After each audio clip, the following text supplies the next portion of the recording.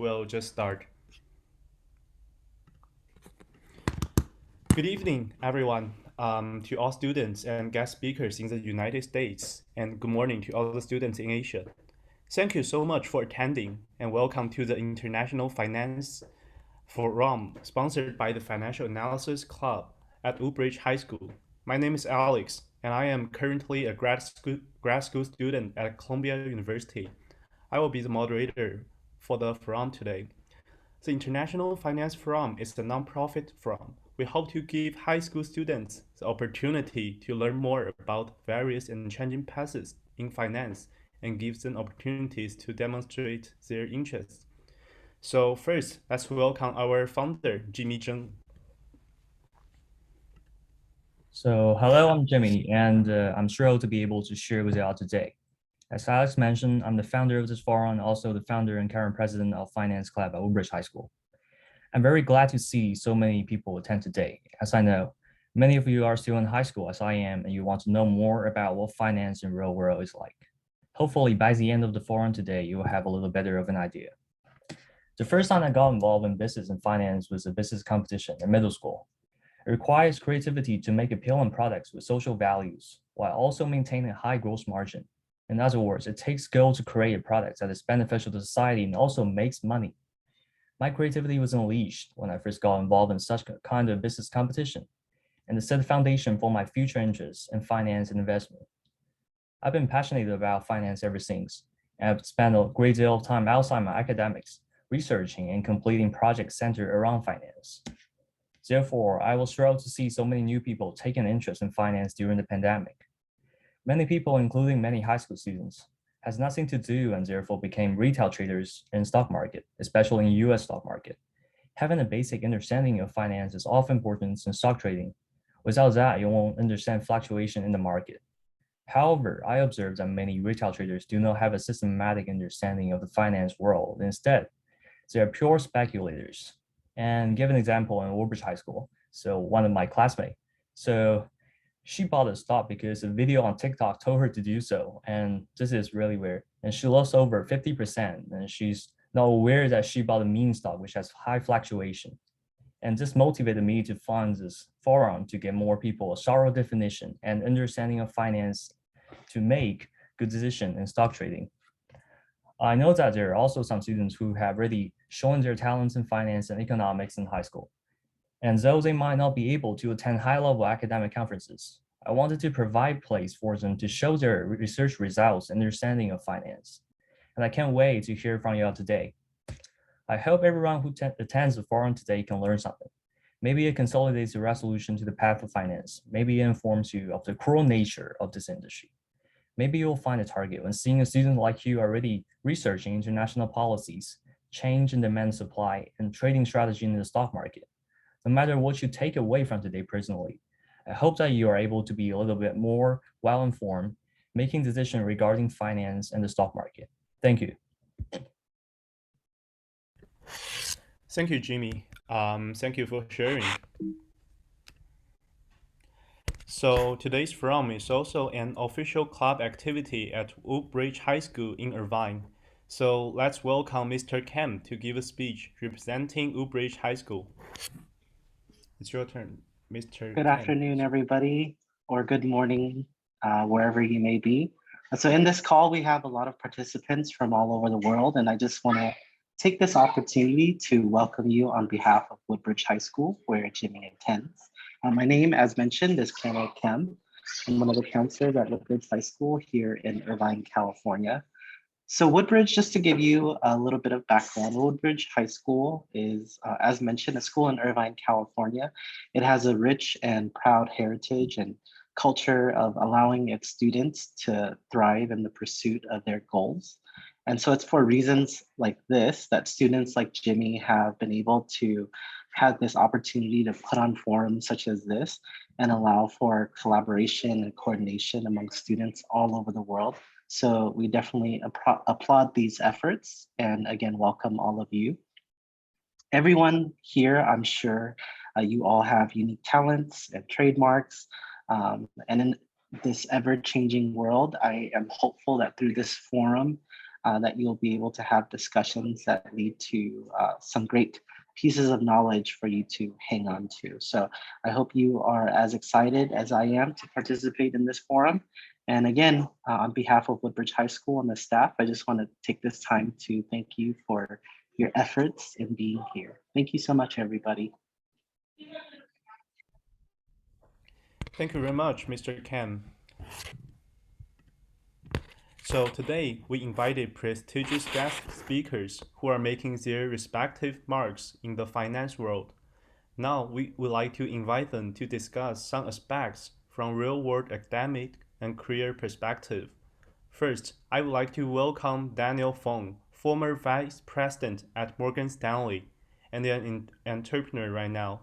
He is also an experienced stock trader and portfolio manager. Today, he will be discussing the career path in the finance field. Over to you, Mr. Fong. All right, thank you, everybody. And thank you, Jamie, for today's meeting's invitation. Well, hello, everybody. Today, I would like to tell you 3 stories from my career experience about working in a warehouse investment bank. As you know, a warehouse means a full-service broker-dealer in financial industry. Usually, it refers to names like Goldman Sachs, Morgan Stanley, JP Morgan Chase, Merrill, and UBS. So just the 3 stories, that's it, no big deal. So the first story is about how I entered the firm. I started my immigrant life since 2016, officially. Well, the reason I call it officially is because I actually got my US green card in 2011. During the time, I traveled back and forth between Shanghai in China and Irvine in Southern California, while working for my own internet business as an entrepreneur.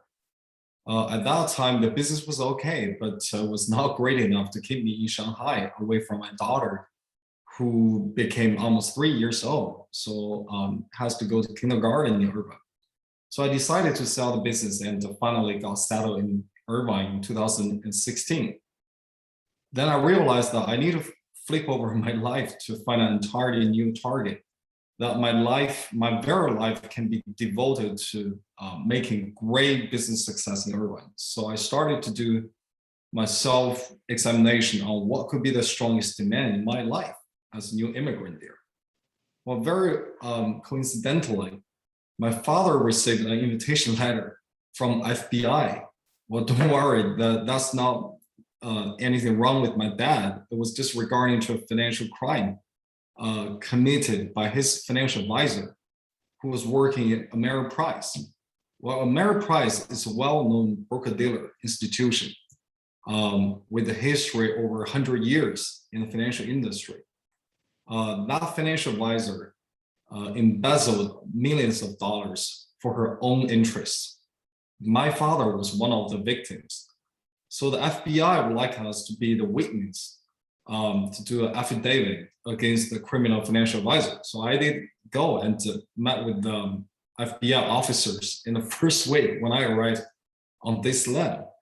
What a dramatic life experience. So I remember that, from the moment we left FBI office, my dad said, "Oh, son, I think you should become a financial advisor to take care of our wealth." Well, I got the same hit to my heart at that moment. So I thought financial advisor business could be a great opportunity for me, to work here and stay here. So I submitted my resume to all of these banks. Finally, I got hired by Morgan Stanley, because as one of the branch managers in Orange County, had the same vision to expand their Mandarin-speaking financial advisor group in Irvine. So I was there, and I was the only applicant on his desk. So that was just a simple demand and supply theory. And then I found my niche market to be a financial advisor. And the second story is about how did I get promoted from associate to first vice president within 2 years. Well, I joined the firm as a financial advisor associate, which is known as the FAA program. It is literally the program for the first-time applicant to the wealth management industry at Morgan Stanley. It's a 3-year program consisting of 3 tiers to evaluate your performance level. So the first tier is known as the exceptional performance, which requires you to accomplish at $30 million AUM. AUM stands for asset under management, well, within 3 years. So the AUM means you find your own clients and persuade them to bring over their assets under your management. So when I finished my program in 3 years, my asset under management was $160 million, which is 5 times better than the first tier performance level as required by the firm. So by the end of my first year FAA program, I was promoted as the alternative investment director in the firm. By the end of my second year, I was promoted as the first vice president in the firm. So at Morgan Stanley, the promotion scheme is designed as the associate, then assistant vice president, then vice president, and after that would be the first vice president, and then executive director, and ultimately the managing director. So I was able to advance 3 steps to be that position. So this brings me to the #1 performer in my FAA class on a national scale. So by the end of my 3rd year, I got my portfolio manager designation. Well, I've been able to achieve this with a simple and easy to learn strategy. That is to build your unique personal branding to the market. In other words, you need to define yourself as the unique personnel for clients to get access to a certain field of business. At the same time, using efficient propaganda to enlarge your reputation. Well, I started out my business in 2018, when the stock market played off with a volatile drawback in January and February. Then investors started to be panic and search for investment with less correlation to the stock and bond markets. At that time, fewer and fewer financial advisors were familiar to alternative investments.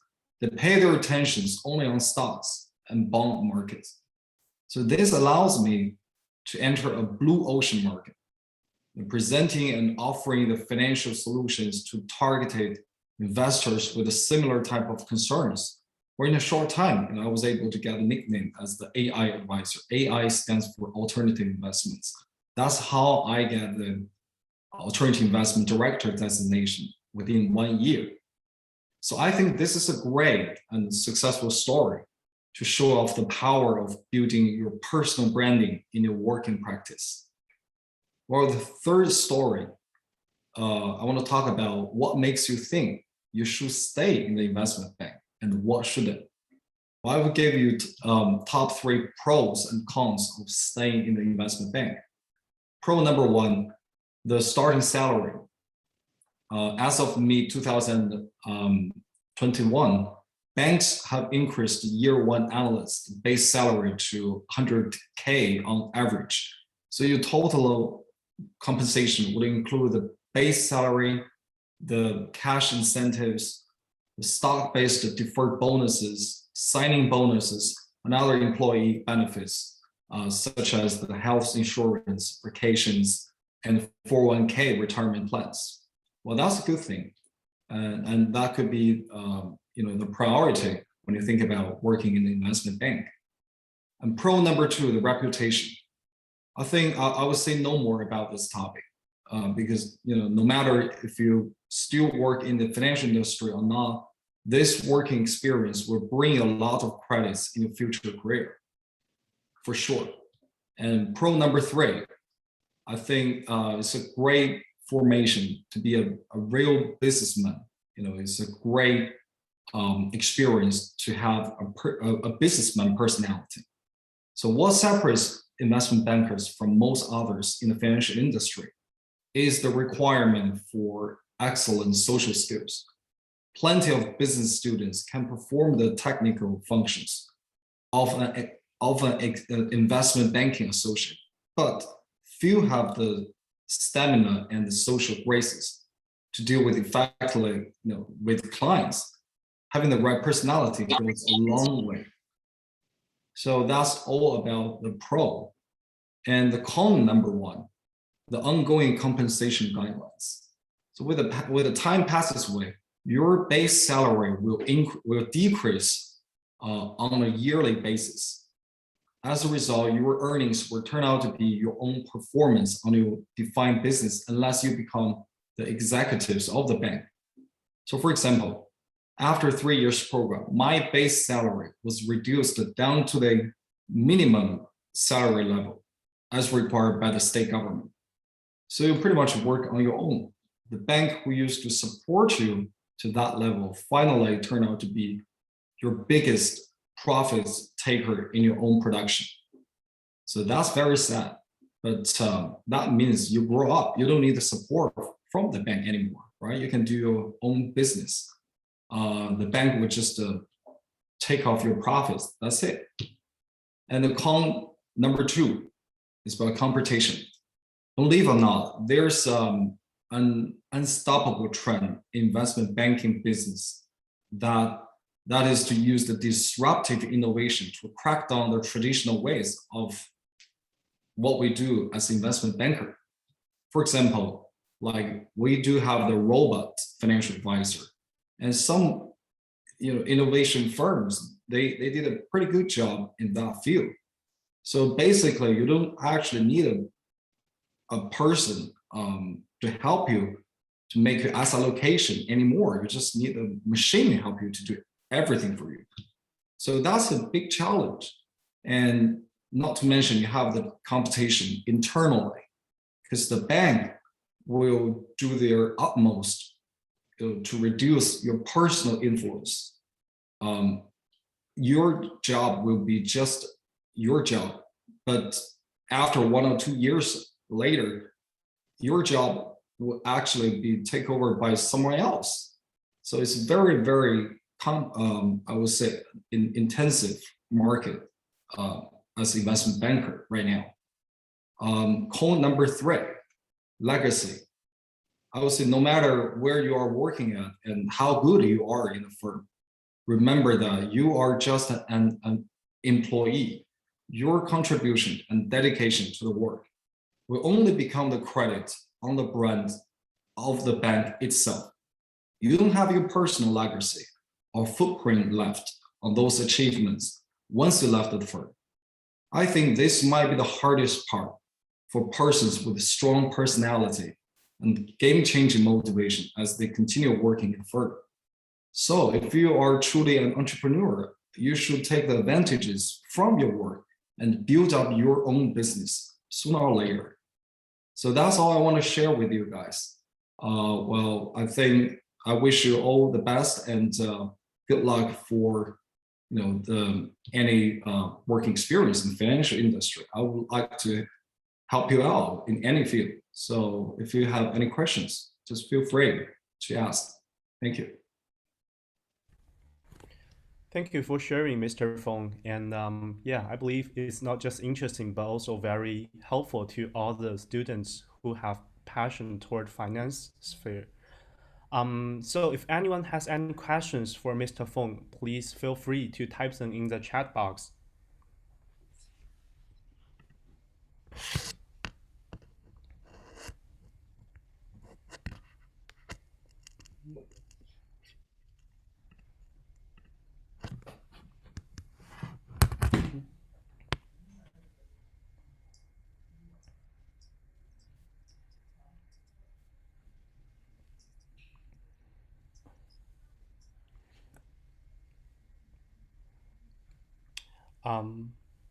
Okay, so Mr. Feng, there's a student.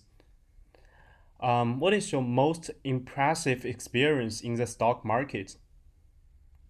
Well, I would say last year, when the COVID-19 hit the market, and we have a meltdown by 4 times within a week, within a month, basically 2 weeks. Everybody was shocked. We've never seen this happening in my career. But I will be able to take the advantage of the meltdown, and I'll be able to contact I think 100 households. But I'm pretty sure that everybody were just panic. That's just the human beings, human nature. I mean, I will be able to take advantage. So I just spend whatever I own at that time and in the stock market, and those assets actually tripled within 2 months. That was a great experience. I think everybody should participate in the stock market. I have lots of young investor clients. They just try to pretend to be a very experienced investor. I don't think that's right, honestly. I think a young investor should take the volatility. Don't worry about the stock market. Just participate.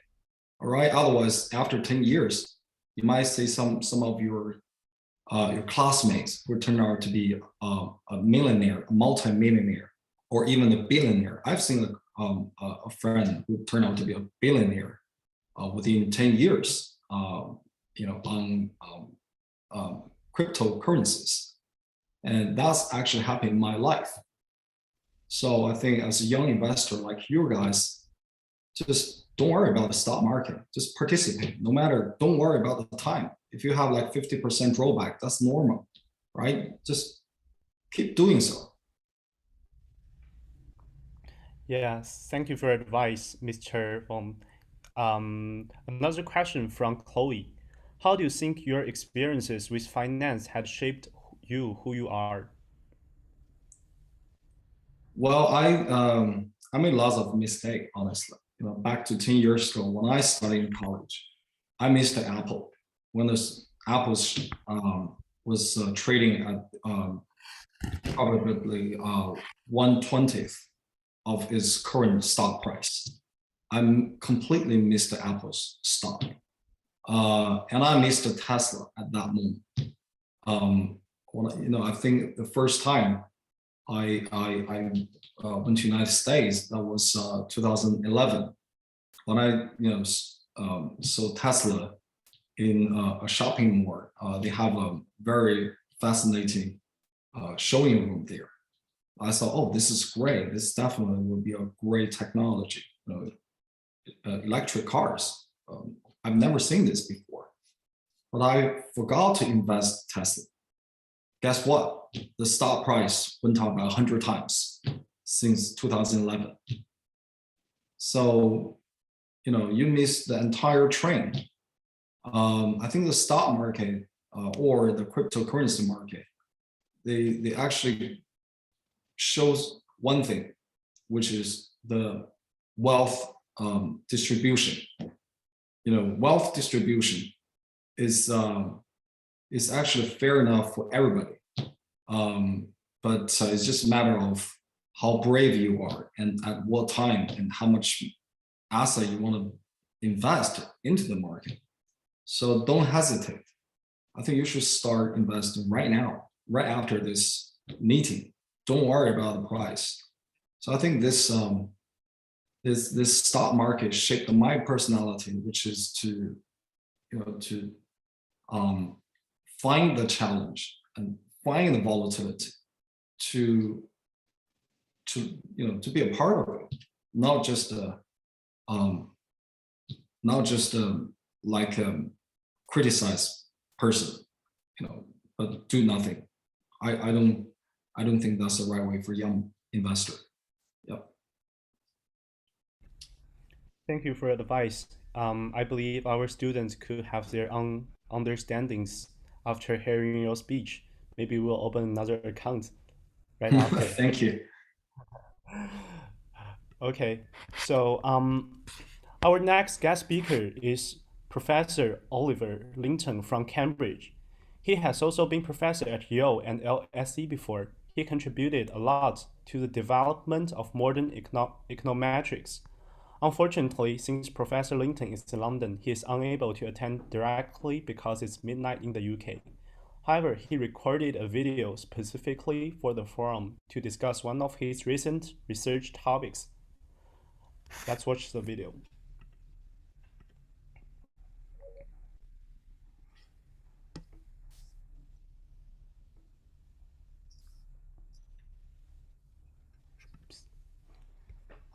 Seems some connection errors. Let me see.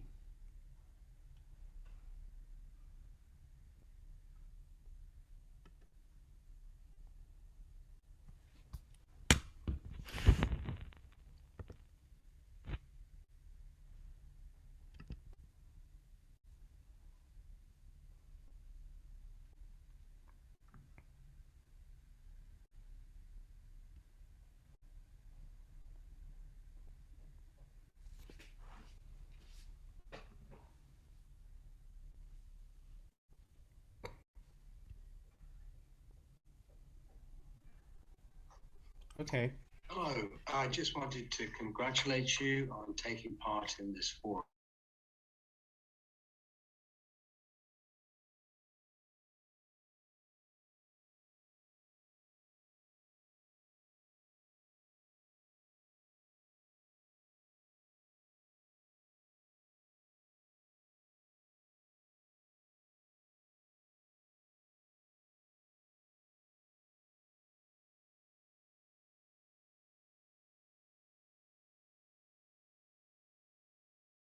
I can screen share and play the video, and I will switch the control back to you. Okay.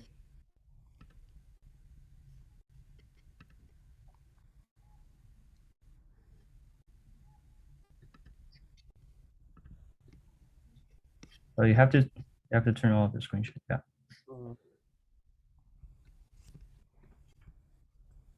Can you see it? Hopefully you can see all of the accompanying files. So this is my talk, which will be about effective high frequency. Hello, I just wanted to congratulate you on taking part in this forum. So let me tell you something about some research project that I've been involved in.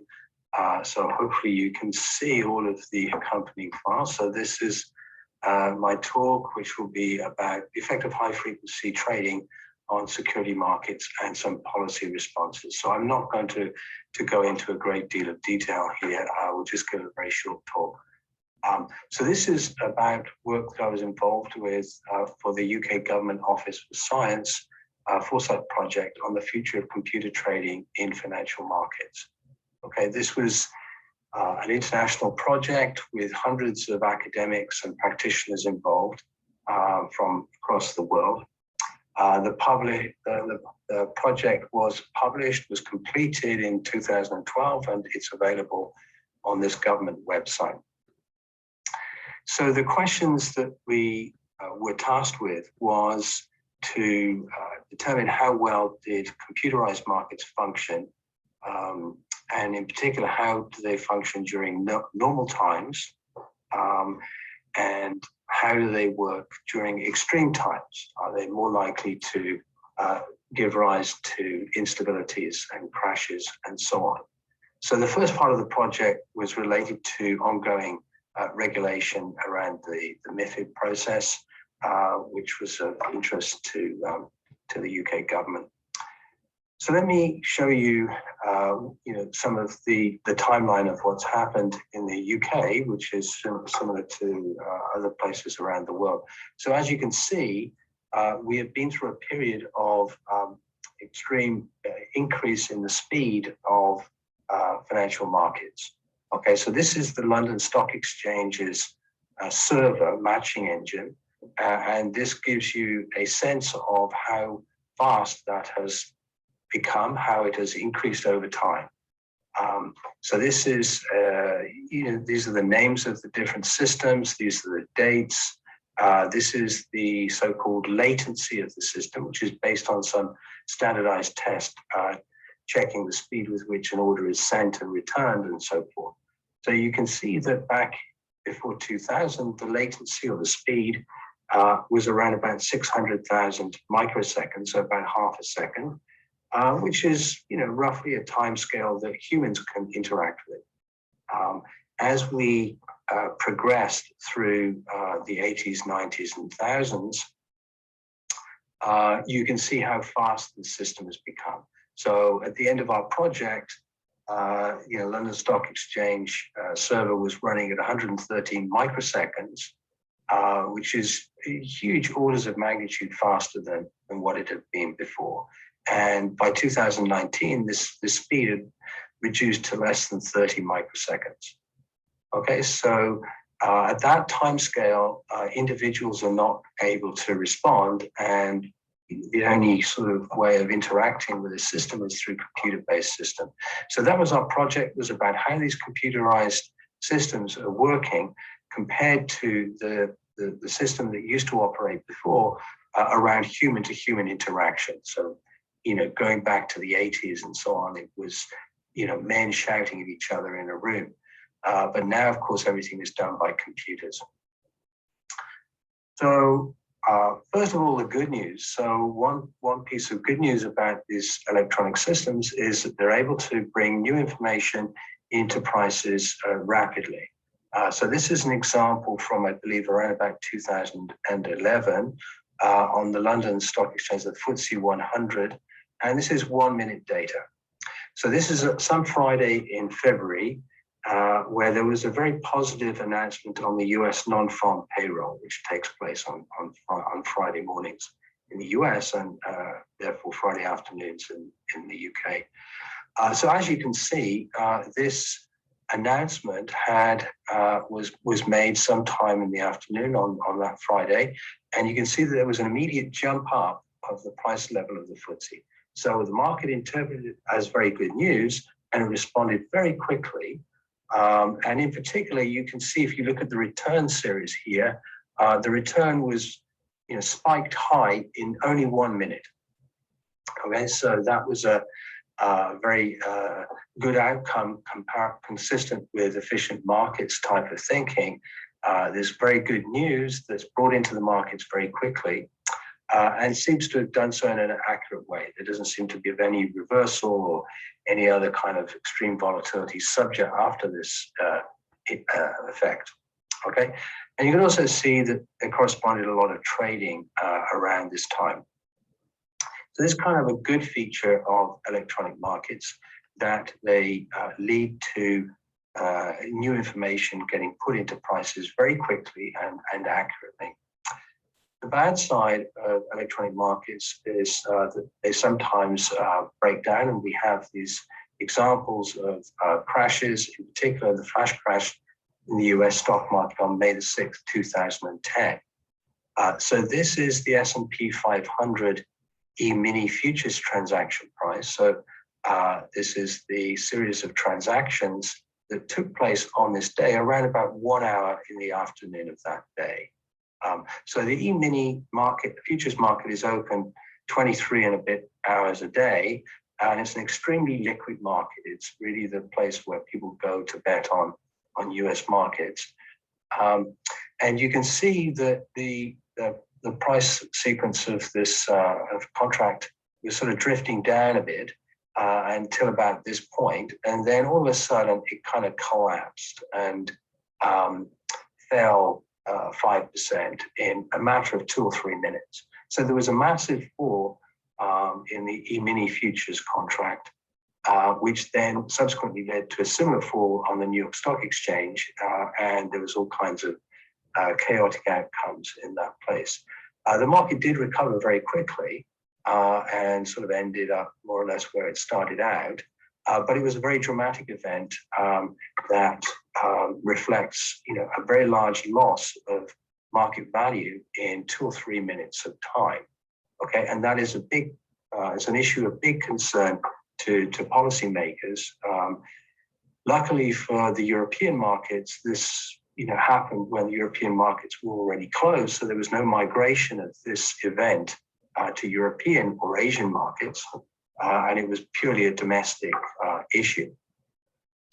So you can see that the bottom graphic shows you the change in price between consecutive transactions. So in fact, it's in ticks. So the minimum price increment is shown here.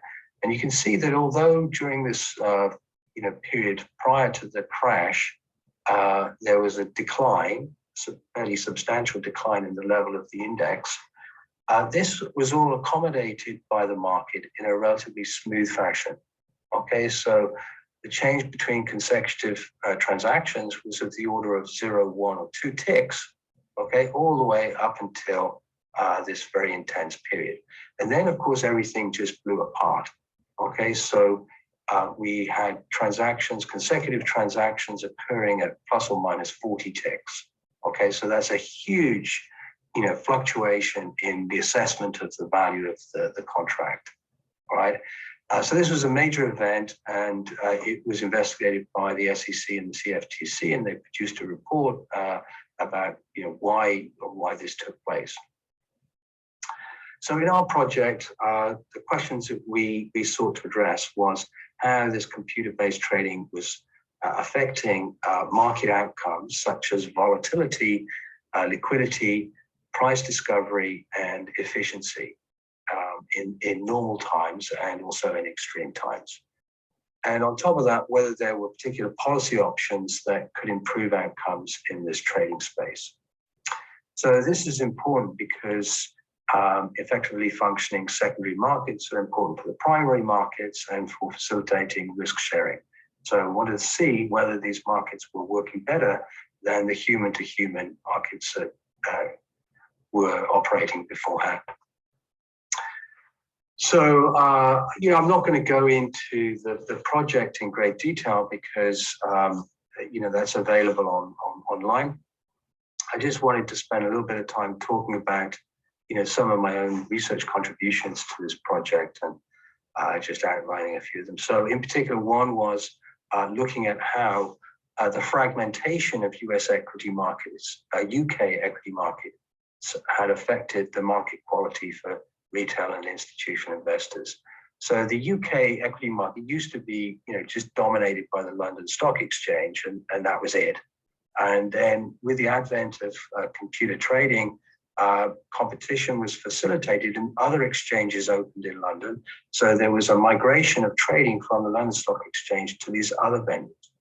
And so our research project, using panel data, tried to look at how the effect of this fragmentation had affected, market quality metrics such as liquidity and volatility.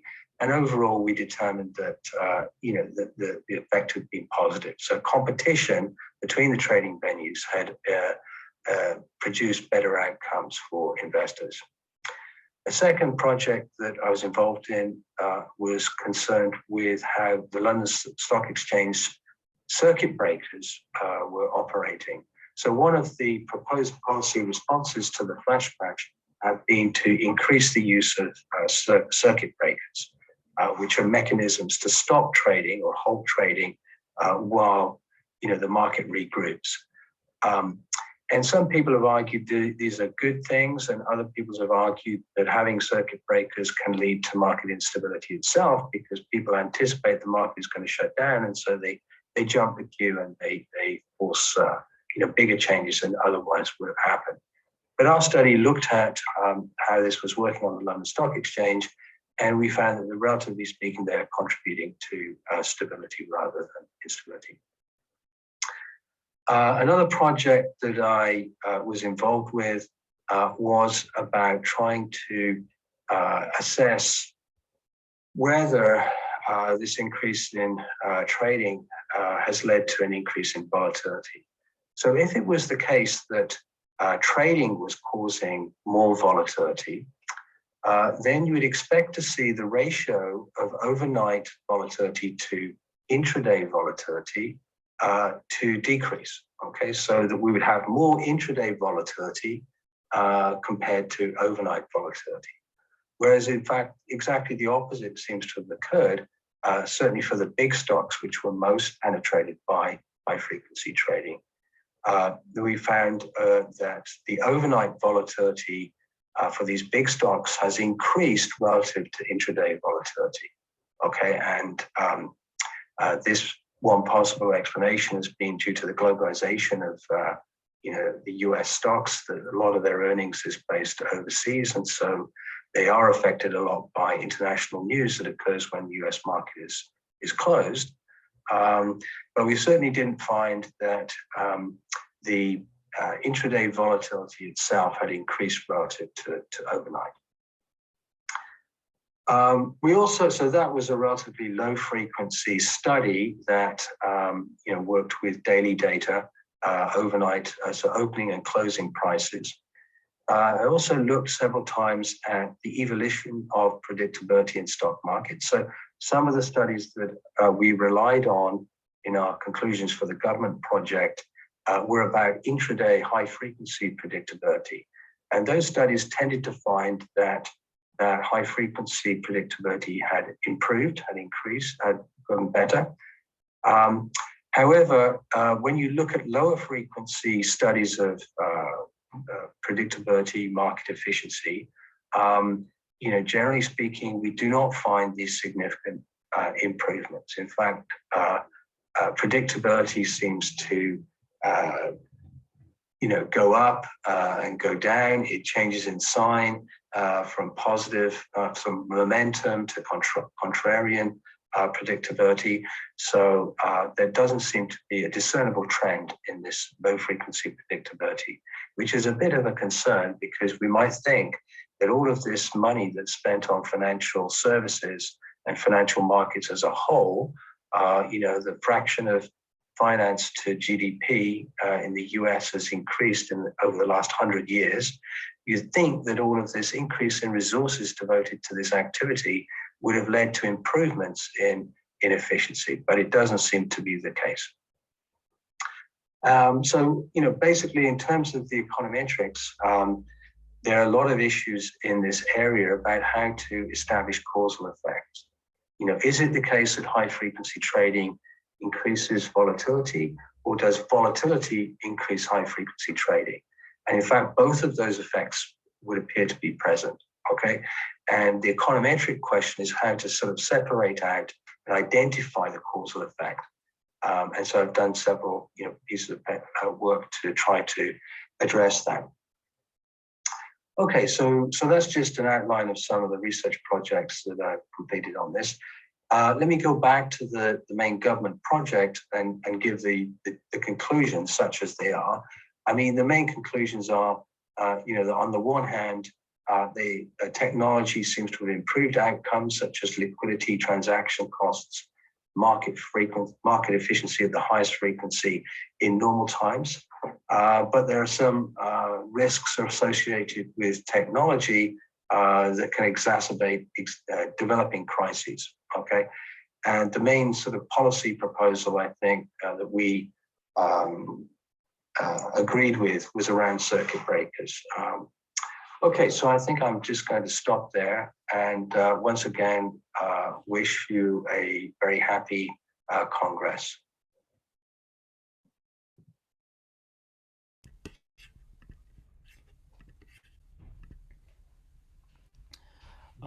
Thanks to Professor Oliver.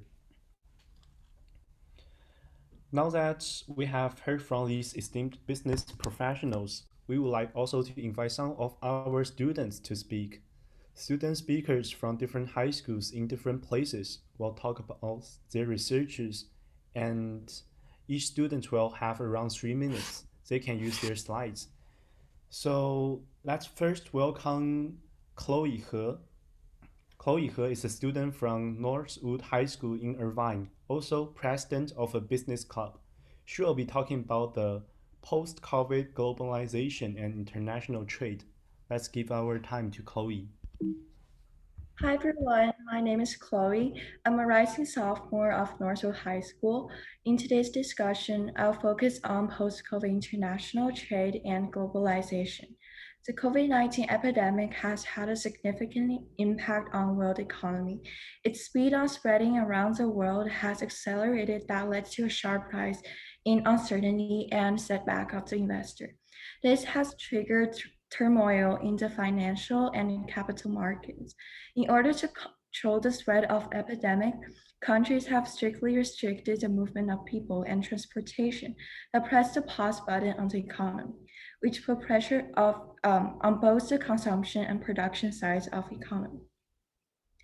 Globalization has always been the headline around the world. What is globalization? It refers to the broadening set of interdependent relationships among people from different parts of the world that happens to be divided into nations.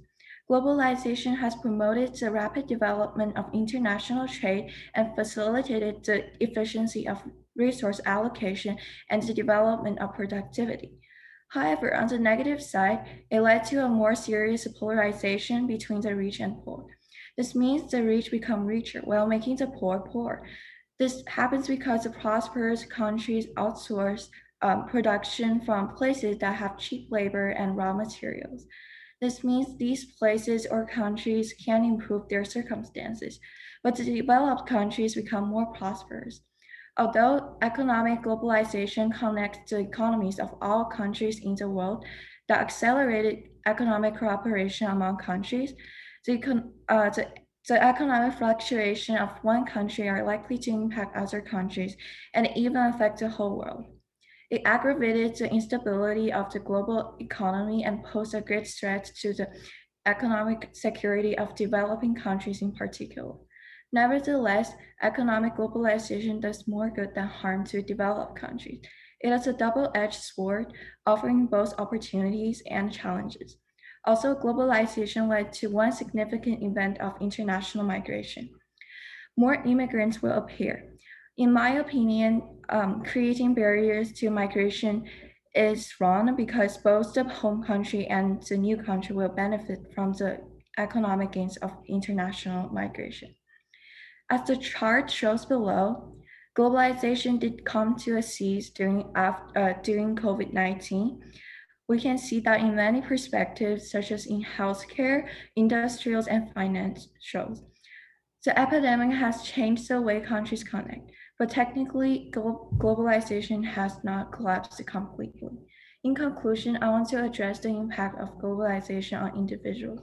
It seems to make us more homogeneous, but when we are in a global environment, perhaps we feel more of our domestic nationality. Thank you so much for your interest and attention. Thank you very much, Chloe. Next, let's welcome Victoria Zhang. Victoria is from Shanghai High School International Division. She was elected as a function leader for the Shanghai region of FBLA competition in 2021. And her topic is about the impact of double reduction policy on education unit and the future of after-school tutoring industry. Let's give our time to Victoria. Hi everyone, and today I'm going to talk about the impact of the double reduction policy on the education unit and the future of after-school tutoring industry. So the double reduction policy refers to a set of guidelines issued by the Central Committee of the Communist Party of China and the General Office of the State Council on July 24th, which is called Opinions on Further Reducing the Burden of Compulsory Education Students' Homework and Off-Campus Training. This policy launches strict regulations in terms of the qualification, classification, capitalization of off-campus education, as well as the new roles schools should take in providing compulsory education students the necessary after-school resources. While urging action from local schools, education departments, educators, parents, and even students, this policy strikes the after-school tutoring industry the hardest. According to Article 3 of the document, all provinces will no longer approve new subject-based off-campus training institutions for administering students in compulsory education. This act prevents new enterprises from entering this industry and facilitates the examination of existing subject-based training institutions. Aside from being examined for relevant qualifications, the document demands all subject-based training institutions to be uniformly registered as nonprofit. Financing and capitalization operations are strictly prohibited. Such requirement is at the extreme opposite of the current situation where the big three thrive in the stock market. Immediately after the document was released, the share price of the big three plummeted, with TAL dropping by 17.76%, Gaotu decreasing by 63.26%, and New Oriental decreasing by 54.22%. In all, the market value of the big three dropped around 109.285 billion CNY within one day. However, this is not the end. Such financial loss may not be the core issue the Big Three and other educational institutions are facing. In fact, they must consider how to transform in order to survive this crisis. With Article 13 giving a general idea on how after-school tutoring institutions cannot capitalize, Article 14 explicitly forbids practices such as providing overseas courses and exceeding country-set standards for subject-based training. Moreover, tutoring institutions are not allowed to occupy national legal holiday, rest days, summer vacations, and winter vacations to organize subject-based training. These two articles combined render most of the institution's businesses impossible to conduct. As shown in the Big Three's financial loss, enterprises within this industry must seek transformation in order to survive. Enterprises that explicitly violate the articles, such as VIP Kids, which rely on hiring teachers from abroad remotely, will be very dangerous under such climate. Many experts anticipate the launch of policies focused specifically on English education in the near future to regulate this sub-industry. The Big Three or employees of once thriving tutoring institutions, on the other hand, are either seeking collaboration with local government or developing new products that do not fall in the category of subject-based trainings. Those efforts of seeking transformation could be divided into several types. The first type is firing a large percentage of employees, which is exactly what happened at Zhangmen Education, a company specializing in one-to-one subject-based training. According to Caixin.com, 70% of the employees in the project development department were fired on July 30th, the day on which a further document is released to guide the regulation of subject-based tutoring. TAL and Gaotu are also heard of firing employees on a large scale as a response to the release of a series of documents. Another type of seeking transformation takes place on the employees themselves. Teachers who once worked at those tutoring institutions may become freelance teachers, having more freedom without relying on the platform provided by companies presented by the Big Three. However, those freelance teachers may pose another threat to the policy, as some of them will hold private sessions regarding subject-based training, which is directly against the double reduction policy. The last type of seeking transformation only takes place in companies that remotely hire educators from abroad, namely VIP Kids. They must either switch their teaching plan to using textbook permitted by the Chinese government or hire foreign teachers within Chinese territory. Experts expect more policies to be launched, further clarifying the country's intended regulation on English education. What we can see from this double reduction policy and the changes spurred by this policy is that tutoring companies that focus on subject-based training could only survive if they transform themselves to the non-subject-based realm or voluntarily provide education services for charity. Those teachers that were fired by the impacted institutions may become freelance teachers or seek opportunities in local educational institutions. Personnel or courses from abroad will be less encouraged than before. Any efforts of capitalization of tutoring institutions will be strictly forbidden in an attempt to bring back the true meaning of education. Thank you, that's all. Thank you for sharing, Victoria. Next, let's welcome Kevin Shao. Kevin Shao is also from Shanghai High School International Division. He is also the president of the School Business Club. His topic is about the economic implication of electronic chips. Let's give our time to Kevin Shao. Hello, I need to share the screen. Okay, go ahead. Okay, thank you.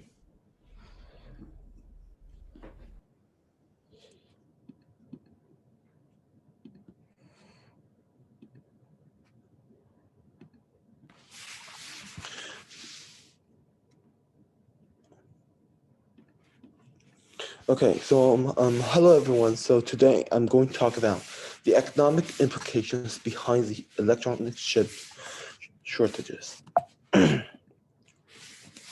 So first of all, let's talk about these two smartphone products. One's the Redmi K30 Pro Zoom, and second one is the Redmi K40 Pro Plus. They are direct successors of the others, which one is manufactured in 2020 and another one is launched in 2021.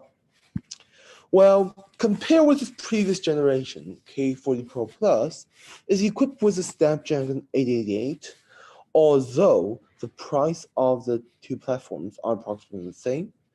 Is equipped with the same 33-watt charger.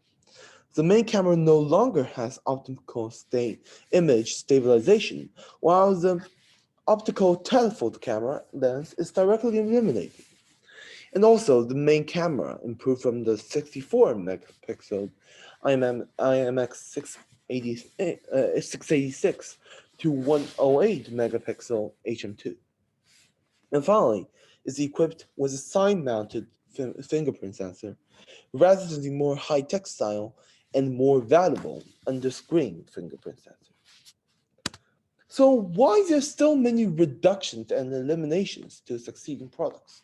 This is not adhere with the traditional, since succeeding products need to improve and improve its specs, while K40 Pro Plus has many decreases in the specs. So why? The answer is the shortage of electronic chips. So actually, electronic chips in smartphones. So there are actually many types of electronic chips in smartphones, such as display driver integrated chips, charging ICs, modem, etc. However, the processor is in our smartphone is arguably the most important chip, but it's definitely not the only one. For example, the Redmi Note 10 Pro contains around 160 to 190 chips. So just to use a photo from the launch, actually, the SoC contains so many chips, right? And for example, the power IC also contains a lot of chips. And even, for example, the memory chips, there are also like two kinds. And these are only some of these of the many chips inside in our smartphones. So what causes the shortage anyway? There are 6 major reasons. First of all, is the inaccurate predictions of situations during COVID-19. So in COVID-19, many smartphone chip manufacturers decided to just stop producing because it's very dangerous, right? However, they predicted that the smartphone would need, for example, a year to actually recover. But since a smartphone is pretty much a necessity to us in the previous era, in the current era, so actually the demand for smartphones recovered quite quickly, much quicker than they predicted, which caused them to not able to produce enough chips when they realized the problem. And secondly, is the rapid development in related industries. For example, the automated cars, right? And also the automated cars, and also, for example, other electronics. Right? They also need advanced chips. And also the shortage of related materials such as silicon. Many countries that produce silicon are also affected by the COVID-19, so they are unable to kind of like import the silicon into the other countries that produce the electronic chips. And fourth is the presence of multiple natural disasters, which also furthermore slow the transportation of the chips to their designated areas and the materials that produce the chips. 5 is the large difficulty of manufacturing the electronic chips. So this is because I also sent an article that will explain the process. Because of time limitations, I'm not going to talk about the process here. And also the increasing demand of electronic chips is because more companies, more fields are using these chips. So they're automatically greater demand, which is more likely to cause shortage. So other contributing factors. So first of all, major industries that require electronic chips include smartphones, right?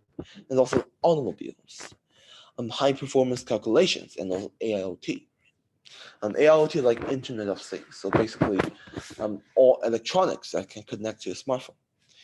And electronic chips in smartphones that suffer the shortages most include the SoC, the display driver ICs, and charging driver ICs. Why? Because they developed the quickest in the recent time period. So for example, the display driver ICs, right? So currently the refresh rate increased from the 60 hertz to now 120 hertz is actually something that's very normal.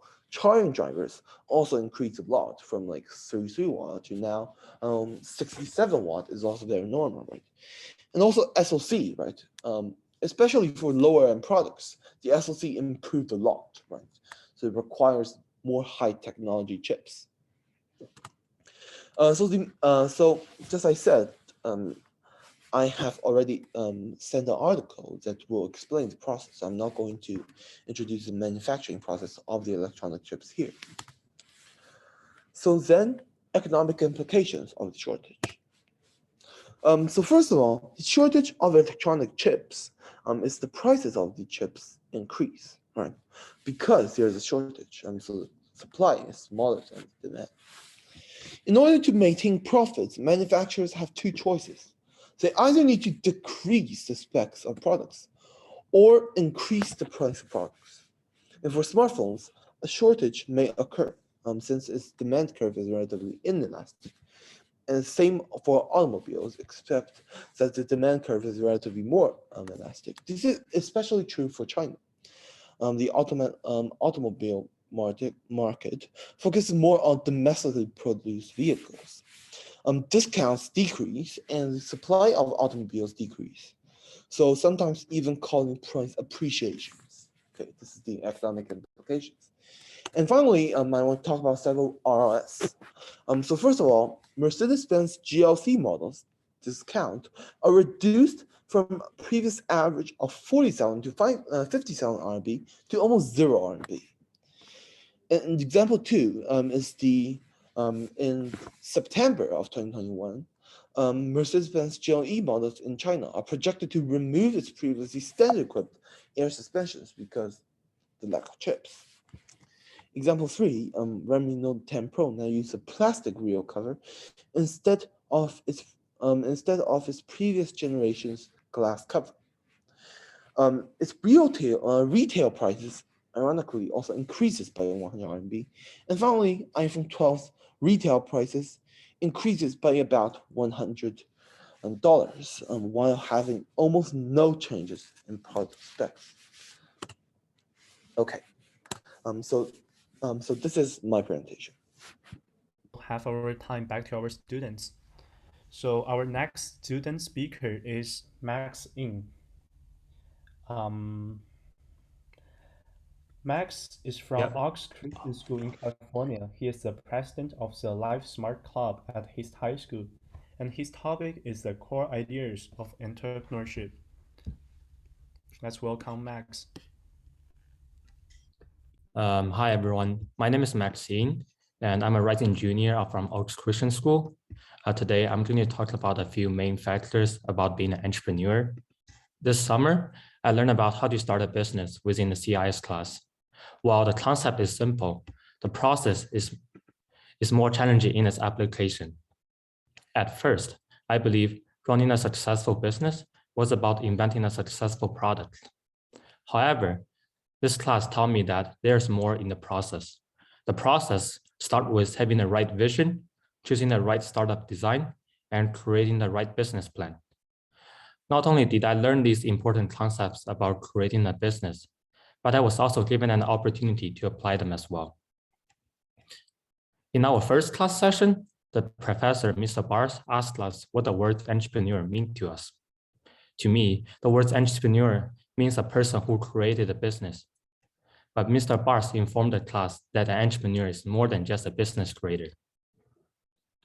Like the former CEO of General Electric, Jack Welch once said, "Good business leader created vision, articulated vision, passionately owned the vision, and relentlessly drive it through completion." Welch's words spoke out to me because I saw a great way of understanding how to become a business leader within a vision in mind. Our class project was to think of a small problem and came up with a creative solution. My group decided to address how elders and Alzheimer's patients took their medicine. Many Alzheimer's patients are unable to open their medicine bottle because of the precautionary measures in place, or simply do not remember to take their medicine when needed. The solution was to make a 3D printed bottle cap strictly for the patient that having their trouble taking their medicine. In order to make our idea come to fruition, we decided to use a lean startup model. The reason for choosing to implement this model rather than a more conventional startup model primarily came to the lack of capital and immediacy of feedback. A lean business startup model emphasized the prototype stage of the process and tried to get as much customer feedback as possible before going to the market. The initial cost consists primarily of two expenses. The first expense will be $5,000 to hire a web designer to publish our product. Then, purchasing two professional 3D printers would estimate to be $6,000. In total, the initial investment needed to begin the production will be around $11,000. Lastly, in order to attain an initial capital for the startup, a $20,000 loan will be taken out and be repaid within a 5-year at 10% interest rate. The total cost per unit was estimated to be 10.33 with a production of 1,000 units. So the price of sale will be determined at $20. At the price of 20, the total revenue will be initial run will be around 20,000. When deducted from the total cost of initial production, the estimated total profit is around 10,000. This could be expedited if additional revenue streams are applied, such as diversifying the product into different sizes. I gained information on how to create a successful business and being an entrepreneur. I was also challenged to apply our knowledge. Creating a business and being an entrepreneur has been difficult, but I learned being an entrepreneur does not mean to doing the work alone. As there are many times my classmate who I partner with helped me to improve those business. Aside from technical aspect of running a business, one of the main takeaway I got from this class is that an entrepreneur needs to be a team player, but also having the right vision and creating the right business plan and design the product. Thank you. Thank you very much for sharing, Max. A remark for our students. Due to the time arrangement, please, the student speakers, please control the time within 3 minutes. Thank you. Next, our student speaker is Kevin Wang.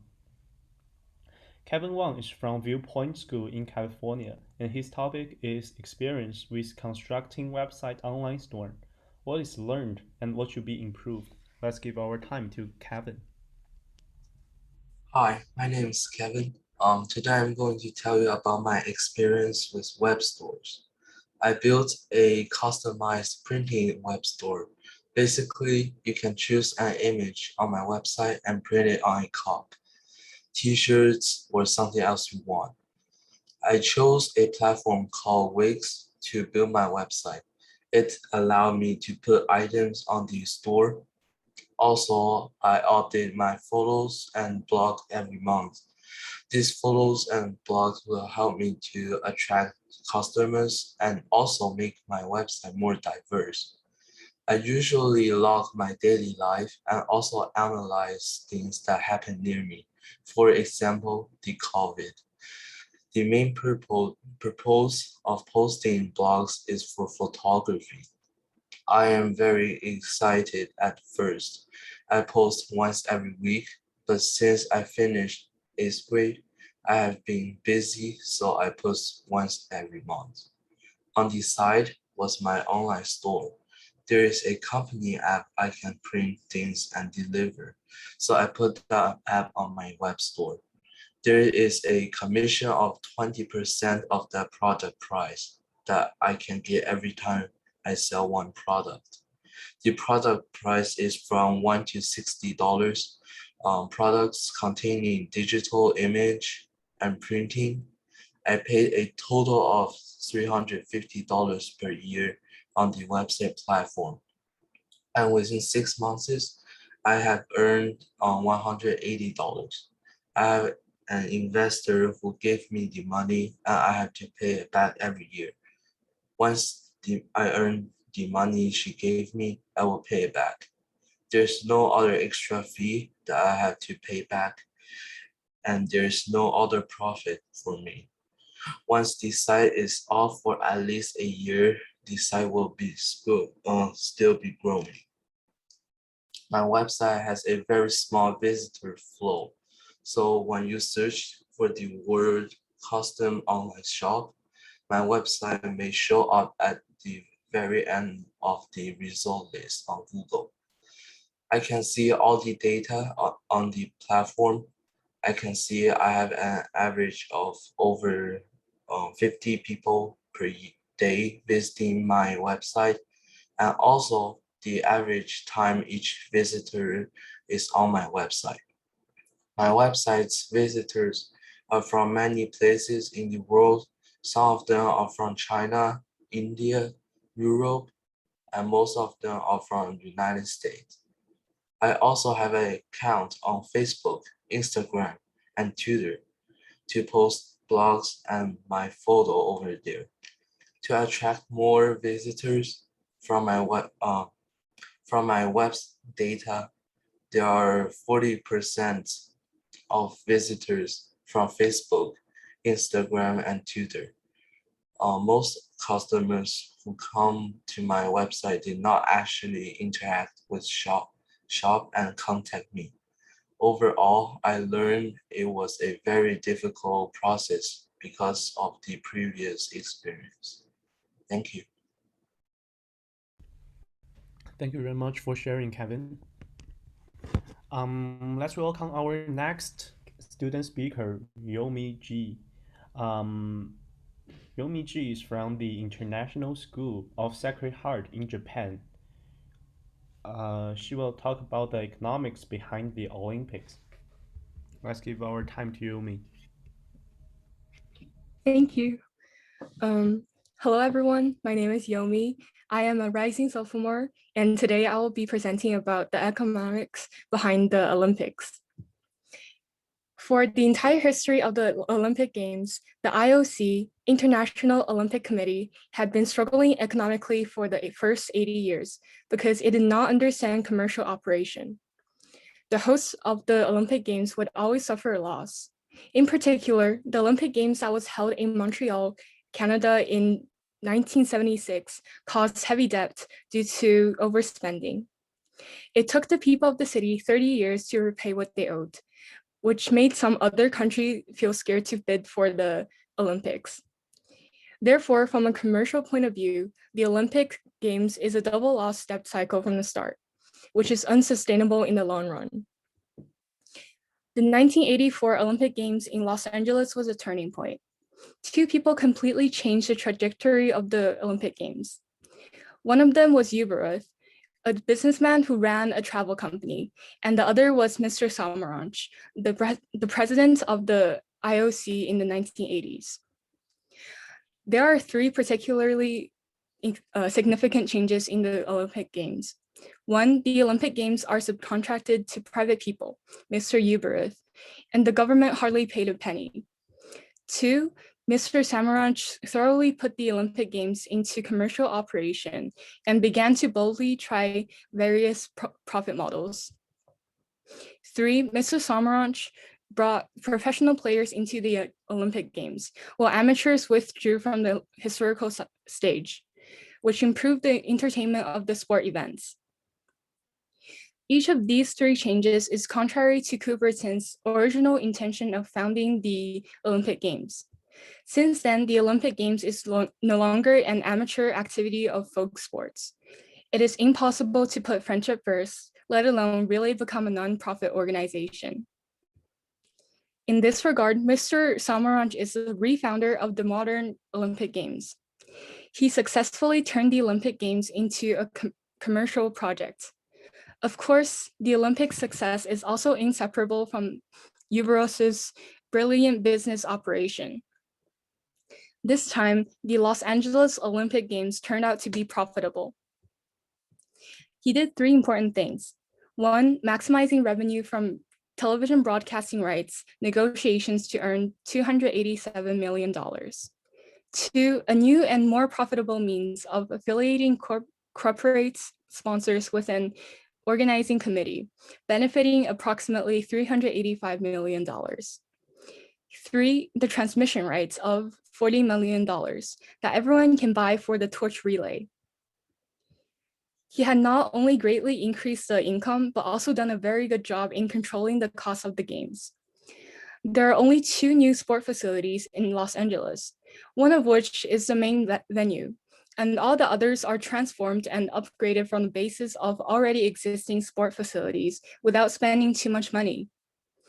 Finally, the 1984 Olympic Games in Los Angeles, USA made a profit of $225 million, and Uberos's own company also profited for more than $100 million.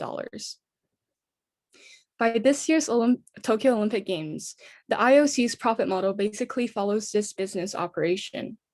The first largest revenue, accounting for more than 55%, comes from television broadcasting. The second largest revenue comes from international sponsorship and domestic sponsorship of the host country. The third largest revenue is ticket and license revenue. Of course, due to the impact of the global pandemic, this year's Tokyo Olympic Games has become the only Olympics held without audience in history. Now let's look at some data. The revenue of the IOC in the 2013 to 2016 Olympic cycle is as high as $5.6 billion, with an average annual revenue of $1.4 billion.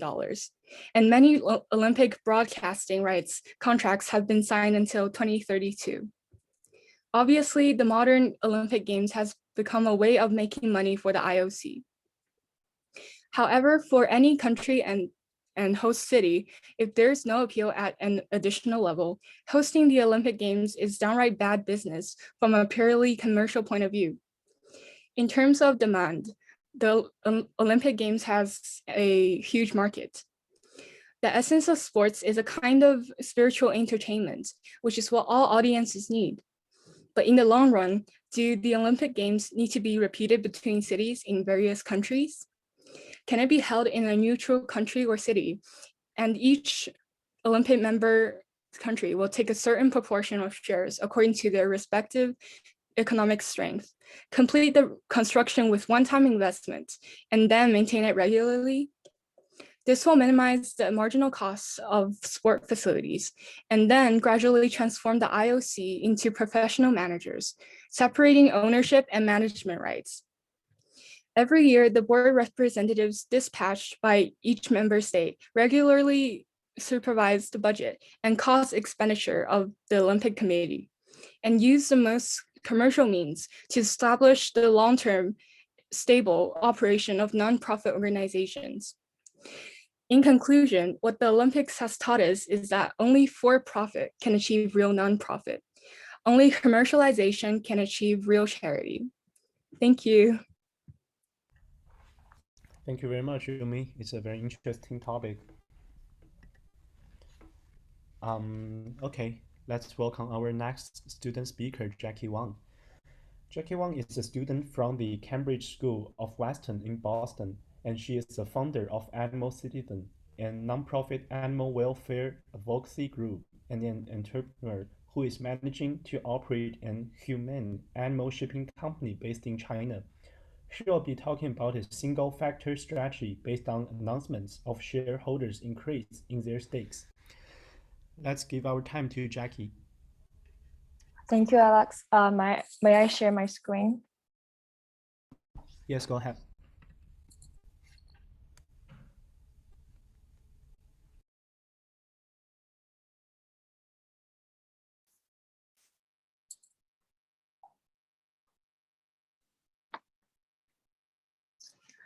Okay, hi everyone. My name is Jackie, and I am doing a presentation on a research project of a single factor strategy based on the announcements of shareholders increasing their stake. So my whole research actually comes down to one simple question. What is the impact of increasing confidence in the Chinese stock market? We all know that as an individual, confidence is crucial for personal development and success. But I was just wondering, would confidence have the same positive impact for stocks? So as I recognize that shareholders increasing stake could be an information of their confidence increase, then I designed a single factor trading strategy using the announcements of shareholder increasing stake as the signal. The research process could be broken down into three big parts. Part one, data collection. All data that I use in this research is collected from TwoShare, a Python open source package that provides basic Chinese financial data sets to individuals for free. And part two, data analysis. This is basically the process of sorting out the two parameters for the strategy. And part three, backtesting and compare with the stock index. Here is the overview of the strategy. There are basically three rules. First, buy stock the next trading day after the signal announcements. And two, hold the stock for N days. And three, evenly distribute the money among all stock. And here are also three parameters. The first one is to set n equals to 15 and only pick announcements of manager holder type. And lastly, I only picked announcements associated with a change ratio greater than 0.1. Then we move to part three, backtesting. How I did the backtesting is use a very simple method. I basically did a bunch of matrix calculations, multiplying the signal matrix with the log return matrix and get a final log return from the strategy, and then comparing it with the return from CSI 500. Here's the graph for the result that I got. The blue line represents the rate of return from the strategy, and the orange line is the return from CSI 500, and the green represents excess return. From the graph, it's clear that for the most part of the time, the green line is positive, which means the strategy yields positive excess return, proving that the strategy is effective and profitable in the 10-year period from 2007 to the end of 2016. On top of that, a striking portion in the graph is taking place at July in 2015, where there's a surge of excess return from our strategy. After researching, I discovered a possible explanation. In July 2015, the government in China started to encourage shareholders increasing their stake in order to stabilize the stock market, or in the same time, discouraging stake decrease. The data also support this discovery, as in 2015, there is a surge in the number of announcements released related to shareholder increasing their stake. And from the graph, there's also a soar in manager increasing the stake, which corresponds to the surge in the rate of return from the strategy. The graph here shows the cumulative return in the year of 2017 from the strategy, and the special year shows that the strategy works better with high number of events taking place. And going back to the question in the very beginning, now I can answer this with a firm yes. But however, the strategy that I designed as a high schooler is far from perfect because of many reasons, such as the neglection of potential real-world problems and the overly simplification. I also didn't take transaction cost and price limiting mechanism into account. But however, I still maintain the confidence that the strategy is a possible one, but just need more investigation and research. Thank you for listening. Thank you very much, Jackie. This minute I will share my screen.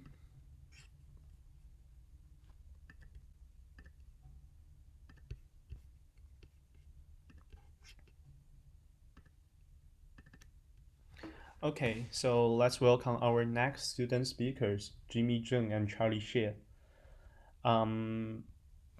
Charlie will share the screen. Oh, okay.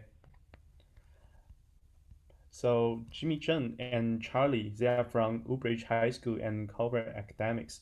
They'll be talking about their research projects earlier this year about COVID's impact on the airline industry in US stock market. So let's welcome. Yeah, I'll share the screen. Yep.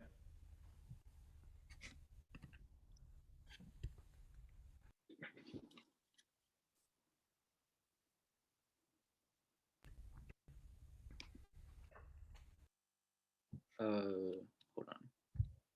Can you guys see the screen? Yeah, it works fine. Okay. Today we're going to talk about COVID's impact on the airline stocks in the U.S. stock market. And so obviously, we all know that COVID-19 had a significant impact on the airline industry as a whole, and we want to investigate the effect of that on the airline stocks. Okay, so we use an event study methodology, and I'll go into that right now. So how do we go about finding whether it is a significant impact? So we compare the stock's actual return with its expected return, and then we use a confidence interval to test the significance of that difference. So basically, the stock's actual return is the actual stock price movements. And then for the expected return, I'll go into that in a little bit. And then so for actual return, expected return, there is a difference, and we'll use a confidence interval to see if that difference is big enough to say that COVID-19 had a significant effect. Okay, so for our expected return, we use a linear regression model between the individual stock and the market. So for this example, we use United Airlines stock with NASDAQ, and then we find we try to use a linear regression model. And so for the estimation window, that is basically the period of time that we choose this data that we make this model from. And the event window is basically the window that we apply this model in. This might be a very oddly specific date, but we chose this period because we think that it has the most effect on airline stocks. And so, so this is the model. You can see the equation above. So we just plug in the NASDAQ daily return to get the expected return for United Airlines stock. And so now we have the actual return, the expected return. And obviously you can see this model is far from perfect. There are, not all the dots line up exactly on the line. And so to take care of this, this residual, we need to have a confidence interval. And this is exactly what we did. We make a confidence interval based on the standard deviation of the residuals.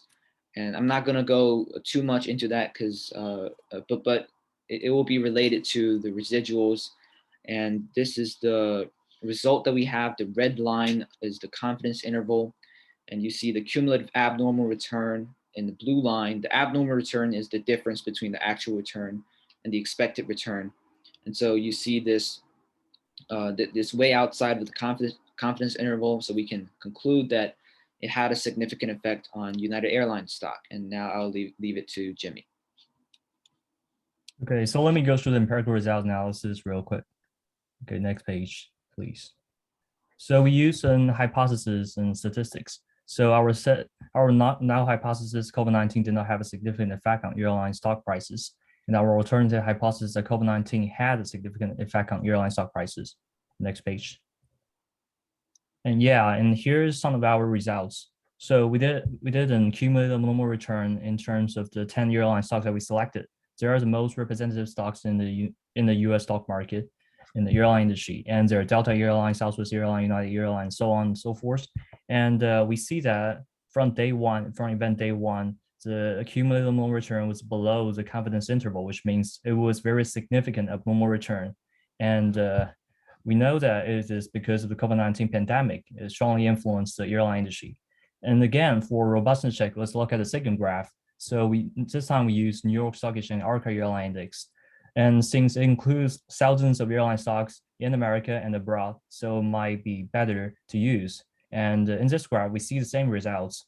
The cumulative normal return was under the confidence interval for the whole time.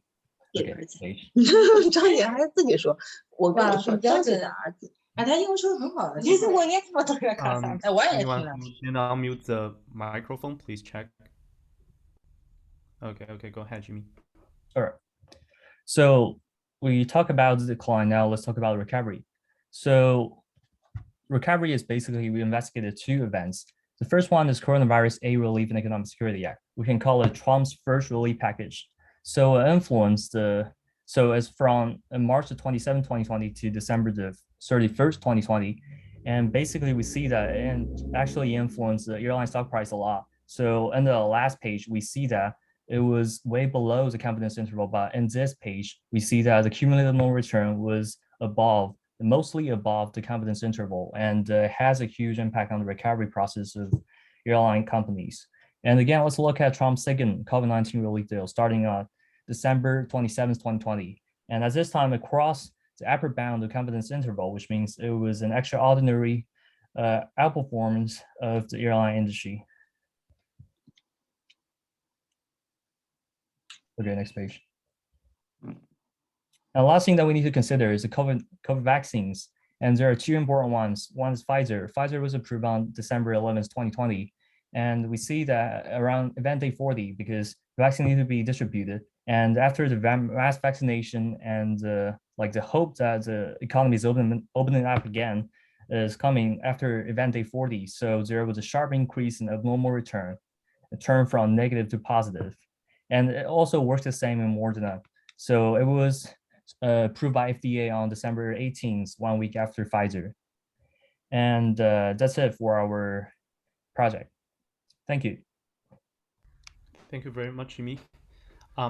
Yeah, that's a very robust analysis. I think everyone can learn something about how to doing a technical analysis in terms of the different financial problems. Okay, so we will welcome Jimmy again back to introduce his nonprofits that helps young teenagers who need help assessing knowledge. Let's give our time to Jimmy again. Do you want to open the slide again?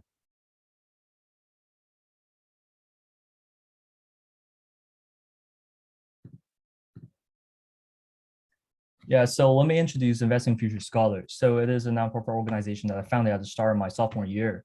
And we did a lot of research on places where people need more access to books, knowledge. We contacted organizations that help people in Africa and third world countries. However, the pandemic interrupted our activities due to the sharp increase of delivery fee and many uncertainties, and the books might carry virus and things like that. Decided to donate those books to the municipal libraries in the city of Durrani. And we have established a connection with the city mayor, and we believe that those books will make a difference here. And now, if you are also interested, I would like to encourage you to donate your used textbook, novels, encyclopedias to 18 Oakdale, Irvine, CA, United States. It's wrote on the slide.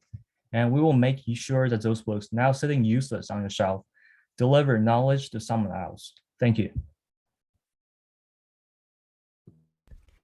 Thank you very much, Jimmy. So let's welcome Chloe Wang, who participated in the poster and logo design for the forum, to read our proposal. Ladies and gentlemen, nowadays we're under an unprecedented pandemic and facing the drawbacks of the globalization and trade wars. In China, one of the biggest technology companies, Huawei, could no longer order chips from semiconductor manufacturing companies in Taiwan. In the US, many farmers have no place to export their agricultural products, and staples are getting more and more expensive. Besides, recently in the US stock market, Chinese government interference made many stocks drop over 50% a day. This is unfair to many people in countries like the US and China to sacrifice themselves for the political purposes of the government. Many companies in the industry chain bankrupted, and many exporters and importers are earning much less profit and having more costs than ever before. And many stock traders are losing the profit they earned over time. Therefore, I would like you who live in China, America, or any other countries to facilitate close international relationships instead of stigmatizing each other, and help to build a healthy commercial relationship between countries. Thank you. Thank you very much, Chloe. Okay, so that's basically the end of our forum today. So thanks to all our speakers for your contribution. We know that you've been preparing for the forum today. And I hope all the students who attended and motivated by the speeches of every brilliant speaker today. I hope that finance is no longer inaccessible for many of you who hadn't have the chance to learn before. We also hope that the international trading relationship will withstand the pressure as it did so many years before. We hope that the harmony will continue and mutually beneficial international policies will be given by the governments around the world. Thank you for attending and have a wonderful day. Guys, also Jimmy, thank you for having me as the moderator. All right, thank you all. And I think that's the end of our forum. And if you want to contact us, just look at our email. Thank you.